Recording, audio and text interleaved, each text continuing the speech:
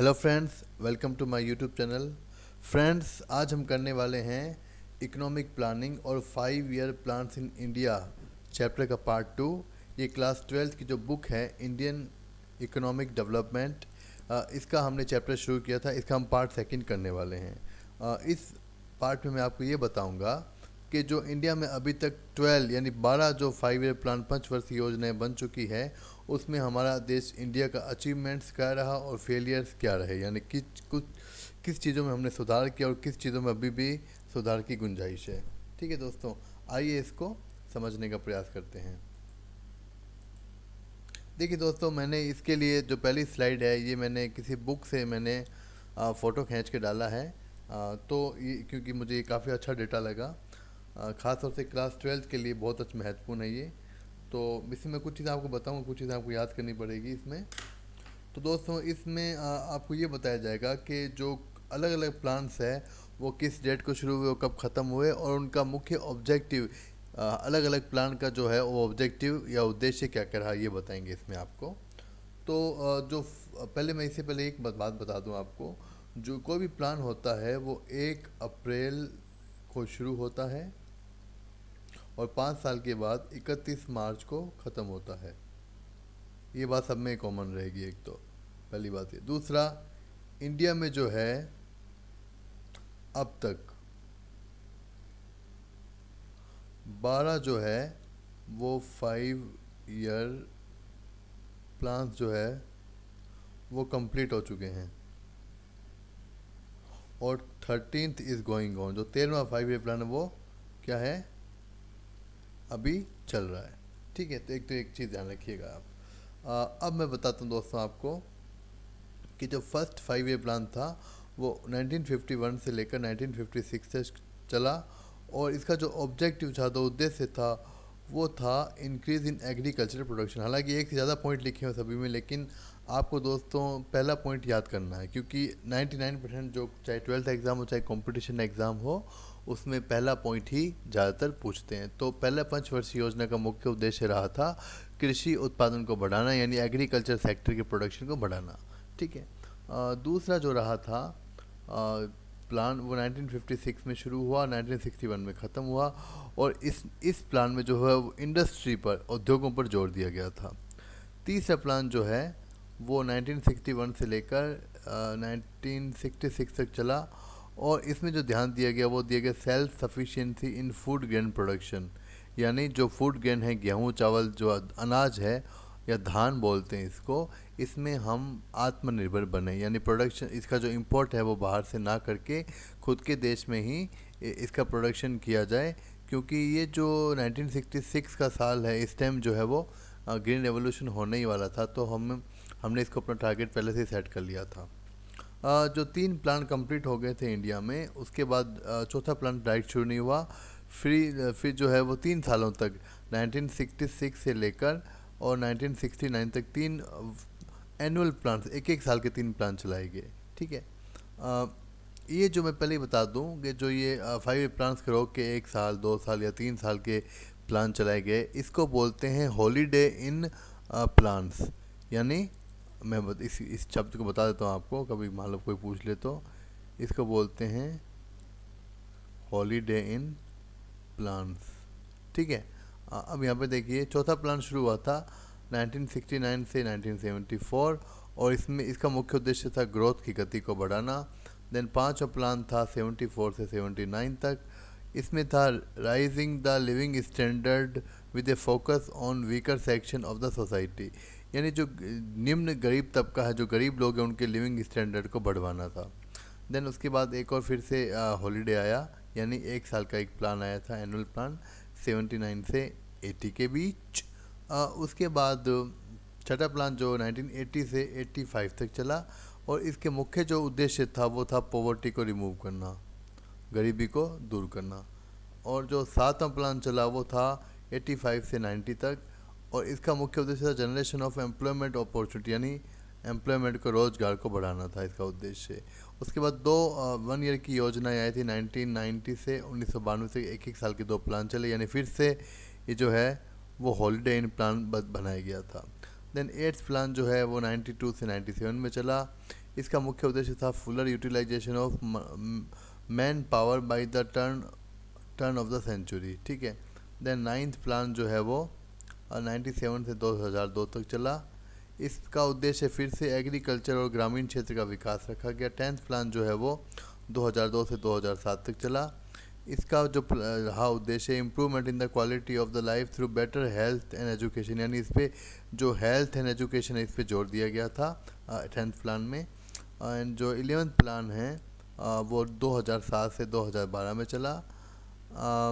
इसमें ये रखा गया कि multiple targets covering not only growth but also poverty reduction, मतलब इस 11th प्लान में बहुत सारे टारगेट एक साथ रखे गए कि ना केवल देश का विकास किया जाए बल्कि गरीबी को भी कम किया जाए। और जो 12वां प्लान चला था वो चला था 2012 से 2017 और इसका उद्देश्य था faster sustainable and more inclusive growth, ये इसका उद्देश्य था, ठीक है। चलो दोस्तों आगे चलते हैं। उम्मीद है आप इसमें से काफ़ी जो प्लान्स है उसकी डेट और उद्देश्य याद रख सकोगे। फिर मैं दोस्तों एक चीज़ बताऊँ आपको, अगला जो हम पढ़ने वाले हैं वो है features of economic policy in India persuade under planning till 1991, यानी 1991 तक 1991 तक हमारी जो इंडिया की इकोनॉमिक पॉलिसी है वो किस दिशा में चली थी, कैसे उसकी विशेषताएं क्या थी, क्योंकि 1991 के बाद इकोनॉमिक रिफॉर्म्स हो गया था तो काफ़ी इकोनॉमी के अंदर बदलाव किए गए थे। उससे पहले बदलाव से पहले इकोनॉमिक रिफॉर्म से पहले क्या था इंडियन एक पॉलिसी में, इकोनॉमिक पॉलिसी में, वो हम पढ़ने जा रहे हैं। देखिए 1991 तक क्या था, पहला point heavy reliance on public sector, मतलब जो इंडिया था हमारा ज़्यादातर हम इंडस्ट्री के लिए, उद्योगों के लिए वो गवर्नमेंट के ऊपर, देश की सरकार के ऊपर यानी पब्लिक सेक्टर के ऊपर निर्भर थे। ज़्यादातर जो महत्वपूर्ण इंडस्ट्रीज़ है जो वस्तुएं बनाने की वो गवर्नमेंट के हाथ में थी और गवर्नमेंट ही उसका इंडस्ट्री खोल सकता है, प्राइवेट लोगों को इसकी परमिशन नहीं थी। और ऐसे 1991 के अंदर भी 17 ऐसी इंडस्ट्रीज़ थी, गुड्स थी, वस्तुएँ थी जिनकी इंडस्ट्री केवल गवर्नमेंट ही चला सकती है, प्राइवेट लोग उसको नहीं चला सकते, ठीक है। दूसरा आता है regulated development of private sector. इस पर थोड़ा बहुत प्राइवेट सेक्टर को भी डेवलपमेंट किया जा रहा था, निजी क्षेत्र को भी, लेकिन अगर उनको जो अलग कुछ जो ज़्यादा महत्वपूर्ण गुड्स नहीं हैं वो प्रोड्यूस करने की परमिशन तो मिल गई, लेकिन उसको फैक्ट्री खोलने के लिए प्राइवेट लोगों को लाइसेंस बनाना ज़रूरी था और रजिस्ट्रेशन भी कंपलसरी था, ठीक है। लेकिन ये जो प्राइवेट सेक्टर है, ये जो 17 गुड्स जो रिजर्व हो चुकी थी गवर्नमेंट के लिए, इसका प्रोडक्शन नहीं कर सकते थे उस टाइम पे। देन तीसरा पॉइंट आता है focus on basic and heavy industry. 1991 तक, मतलब मैं एक चीज़ डाटा बताता हूँ आपको कि 1947 से लेकर अगर 1991 तक देखें, ये जो पीरियड है इसमें इंडिया के अंदर बेसिक और हैवी इंडस्ट्रीज़ पे फोकस किया गया। यानी इंडिया में बहुत सारी सीमेंट की फैक्ट्रियाँ, आयरन एंड स्टील की फैक्ट्रियाँ, ये मशीन टूल्स की फैक्ट्रियाँ खोली गई, इन पे काफ़ी जोर दिया गया था। देन चौथा आता है इंपोर्ट सब्स्टिट्यूशन। इंपोर्ट सब्स्टिट्यूशन का मतलब होता है कि जो गुड्स पहले हम फॉरेन कंट्री से इंपोर्ट करने पड़ते थे, विदेशों से ख़रीदने पड़ते थे, उनका प्रोडक्शन देश के अंदर ही शुरू कर दिया जाए, तो इसे बोलते हैं इंपोर्ट सब्स्टिट्यूशन, ठीक है। देन पांचवा restriction on foreign capital and competition. इसमें फॉरेन कैपिटल या जो एफडीआई वगैरह था, एफडीआई फॉरेन डायरेक्ट इन्वेस्टमेंट या मल्टीनेशनल कंपनीज, इससे काफ़ी प्रतिबंध या रेस्ट्रिक्शन उस टाइम लगे हुए थे, ठीक है। आइए आगे चलते हैं। दोस्तों मैं पहले ही बता दूं, ये जो बुक है इंडियन इकोनॉमिक डेवलपमेंट वाली या इंडियन इकोनॉमी वाली जो बुक है दोस्तों, इसमें मैथमेटिकल अप्रोच आपको नहीं चाहिए। इसमें ना तो न्यूमेरिकल्स है, ना डायग्राम्स है, ना कोई ज़्यादा डिफ़िकल्ट कॉन्सेप्ट है। इसमें जस्ट आपको पढ़ना है और याद करना है, you have to learn it. आपको याद करना है, मेमोराइज़ करना है। जितना ज़्यादा आप इसको याद कर सकोगे उतने अच्छे मार्क्स आते हैं इसके अंदर, ठीक है। तो ये तो आपको याद ही करना पड़ेगा। ओके, आइए आगे चलते हैं। अब आते हैं जो हमारा मुख्य फोकस है इस चैप्टर का, सक्सेस और achievements of economic planning in India. यानी अभी तक जो 12 प्लान्स, 12 5 ईयर प्लान्स जो कंप्लीट हो चुके हैं, यानी इकोनॉमिक प्लानिंग कंप्लीट हो चुकी है 12 प्लान तक, 12 5 प्लान तक की। तो इसमें हमारे अचीवमेंट्स क्या रहे हमारे देश के, हमारे देश ने, इंडिया ने क्या हासिल किया। तो पहला आता है इंक्रीज़ इन नेशनल इनकम। सबसे पहला अचीवमेंट है हमारा कि हमारे देश की नेशनल इनकम जो है, राष्ट्रीय, उसमें बढ़ोतरी हो गई है।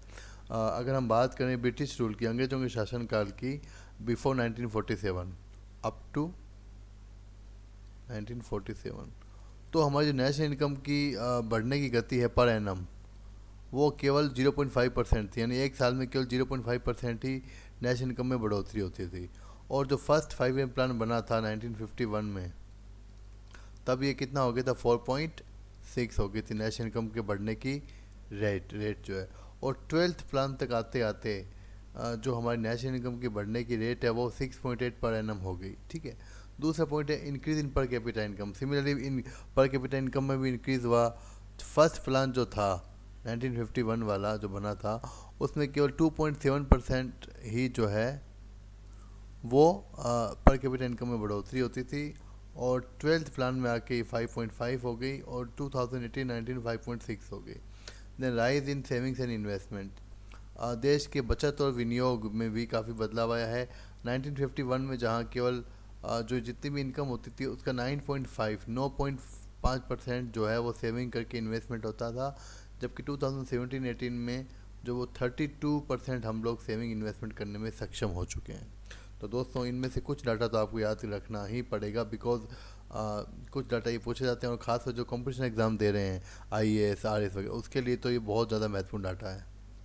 फिर आता है दोस्तों चौथा पॉइंट आता है institutional institutional and technical change in agriculture, यानी कृषि क्षेत्र में क्या सुधार किए गए। पहला आता है लैंड रिफॉर्म्स, भूमि सुधार किए गए, जिसमें क्या क्या किया गया, एबोलिशन ऑफ इंटरमीडिएटर्स, जो भी इंटर मध्यस्थ थे, जैसे जमींदार लोग थे या कमीशन कमाने वाले थे बीच में, उन जमींदारों को, लैंडलॉर्ड्स को उस टाइम क्या किया गया था, उनको अपने पद से हटा दिया गया, उनको पावर से हटा दिया गया, और जो ज़मीन थी वो सरकार ने अपने कब्जे में ले ली।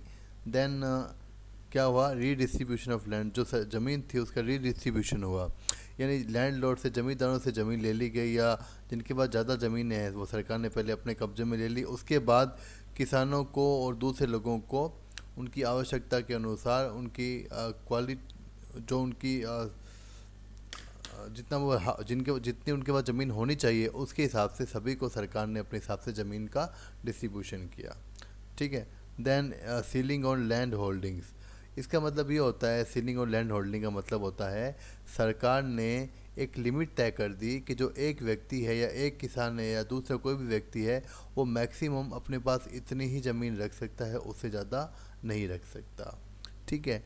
देन किया था इम्प्रूवमेंट इन टेक्नोलॉजी, जो हमारी टेक्नोलॉजी है, मशीनरी, उसमें काफ़ी इम्प्रूवमेंट आया है इतने सालों के अंदर, क्योंकि हमने जो 12 5 ईयर प्लान बनाए हैं उसमें हम ये सक्षम हो गए हैं कि अब हमारे पास एग्रीकल्चर सेक्टर के अंदर भी नई टेक्नोलॉजी है, ट्रैक्टर है, HYV शीट्स है, यूरिया है, खाद है, फव्वारा इरिगेशन सिस्टम है, फव्वारा प्रणाली है काफ़ी।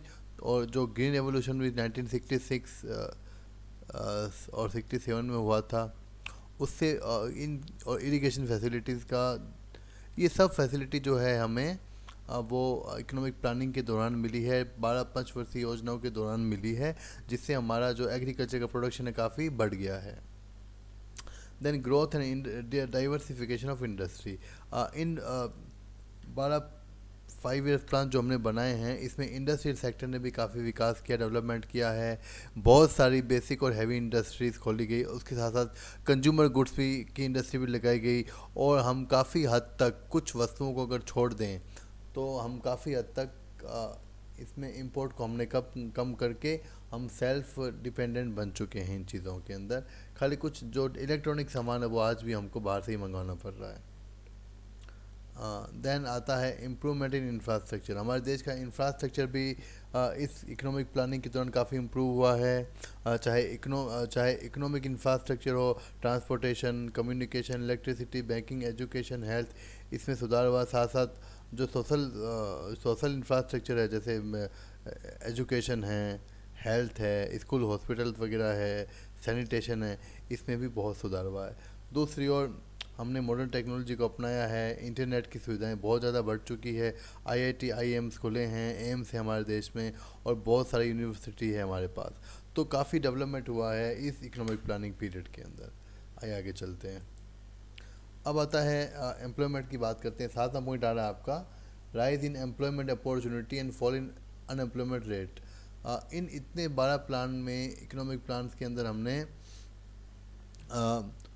एम्प्लॉयमेंट क्षेत्र में भी काफ़ी विकास किया, काफ़ी लोगों को रोज़गार दिया है और रोज़गार के काफ़ी साधन अपॉर्चुनिटीज़ हमने जुटाई है और कुछ बेरोज़गारी की दर को भी, अनएम्प्लॉयमेंट रेट को भी कम करने में सक्षम बने हैं।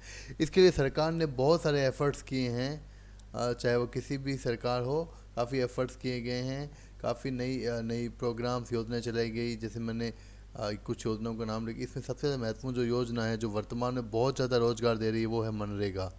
ठीक है, तो इससे काफ़ी एम्प्लॉयमेंट बढ़ा है देश का। और जो अनएम्प्लॉयमेंट, बेरोजगारी की दर है वो 2004 में 8.3 थी, जो 2012 में कम हो के 5.6 और 18-19 में 6.9 हो गई थी। देन आता है इंटरनेशनल ट्रेड, इसमें भी काफ़ी चेंज हुआ है। इतने सालों में हमारे देश का जो फॉरेन ट्रेड का जो डायरेक्शन है और कंपोजिशन है और वॉल्यूम, इन सभी में बदलाव आया है। और जहाँ पे 1948-49 में हमारा जो ट्रेड था, एक्सपोर्ट इंपोर्ट मिला के, वो 792 करोड़ रुपीज़ था, जो 2018-19 में 590,2036 करोड़ रुपीज़ हो चुके हैं। Export and imports with many countries instead of only Britain, यानी अब हम बहुत सारे देशों के साथ एक्सपोर्ट इंपोर्ट करते हैं, जबकि पहले हम जो ज़्यादातर एक्सपोर्ट इंपोर्ट है वो ब्रिटेन के साथ ही करते थे। आइए आगे चलते हैं। अब दोस्तों फेलियर्स पढ़ते हैं कि हम इतने 12 5 ईयर प्लान कंप्लीट कर चुके हैं, उसके बाद भी कुछ कमियां रह गई हैं हमारे देश में, वो देखते हैं फेलियर्स कहाँ फेल हो रहे हैं हम लोग। पहला आता है poverty is still a big problem. इतने पंचवर्षीय योजनाएं चला दी गवर्नमेंट ने, इतनी एफर्ट्स किए और इतने हर सेक्टर में, चाहे वो प्राइमरी सेक्टर हो, चाहे सेकेंडरी सेक्टर हो, चाहे टर्सरी सेक्टर हो, सभी में एम्प्लॉयमेंट देने की गवर्नमेंट ने बहुत कोशिश की है। फिर भी हमारे देश के आकार और पॉपुलेशन को देखते हुए पॉवर्टी अभी भी बहुत बड़ी समस्या बनी हुई है। और आज का डाटा अगर देखा जाए तो ऑलमोस्ट आज एट परसेंट में 21.1% लोग है जो है लोग पॉवर्टी लाइन से नीचे जीवन जी रहे हैं। इन 100 में से लगभग 21 लोग जो है वो आज भी, जिनको 2 टाइम की रोटी मिलना मुश्किल हो रही है। दूसरा है हाई रेट ऑफ इन्फ्लेशन, यानी जो मुद्रा स्फीति, जो महंगाई है, आज भी एक बहुत बड़ी समस्या है, बहुत बढ़ रही है। देन इतना एम्प्लॉयमेंट दिया सरकार ने, इतनी अपॉर्चुनिटीज़ क्रिएट की, फिर भी अनएम्प्लॉयमेंट जो है बहुत ज़्यादा हमारे देश में पाया जाता है। इसको हम टारगेट के हिसाब से कम नहीं कर पा रहे हैं। देन इनएडिक्वेट जो इंफ्रास्ट्रक्चर में हमने काफ़ी इंप्रूवमेंट किया है, चाहे वो इकोनॉमिक इंफ्रास्ट्रक्चर हो, चाहे सोशल इंफ्रास्ट्रक्चर हो, लेकिन वो सफिशिएंट नहीं है। अभी भी बहुत सारे गांव, जगह ऐसी है जहाँ पे पक्की सड़कें नहीं हैं, बिजली की सुविधाएं नहीं हैं, स्कूल कॉलेज नहीं है, हॉस्पिटल नहीं है, और भी दूसरी सुविधाएं नहीं पहुँच पाई, पानी की व्यवस्था भी नहीं पहुँच पाई है। तो इंफ्रास्ट्रक्चर का काफ़ी सरकार ने इम्प्रूवमेंट किया है, इस बात से इनकार नहीं किया जा सकता, लेकिन फिर भी अभी भी कुछ स्थानों पे, कुछ जगहों पे इंफ्रास्ट्रक्चर की कमी है, ख़ास तौर से ग्रामीण एरियाओं में, ग्रामीण जो क्षेत्रों के अंदर। देन आता है unequal distribution of income and wealth, यानी आज भी अमीर अमीर बनते जा रहे हैं, गरीब और गरीब बनते जा रहे हैं, उनकी इनकम के बीच का जो गैप है बढ़ता ही जा रहा है। तो दोस्तों ये मैंने बताया आपको, ये पार्ट 2, इसमें जो कमी लगी आपको दोस्तों ज़रूर बताना, and subscribe my channel also. Thank you so much.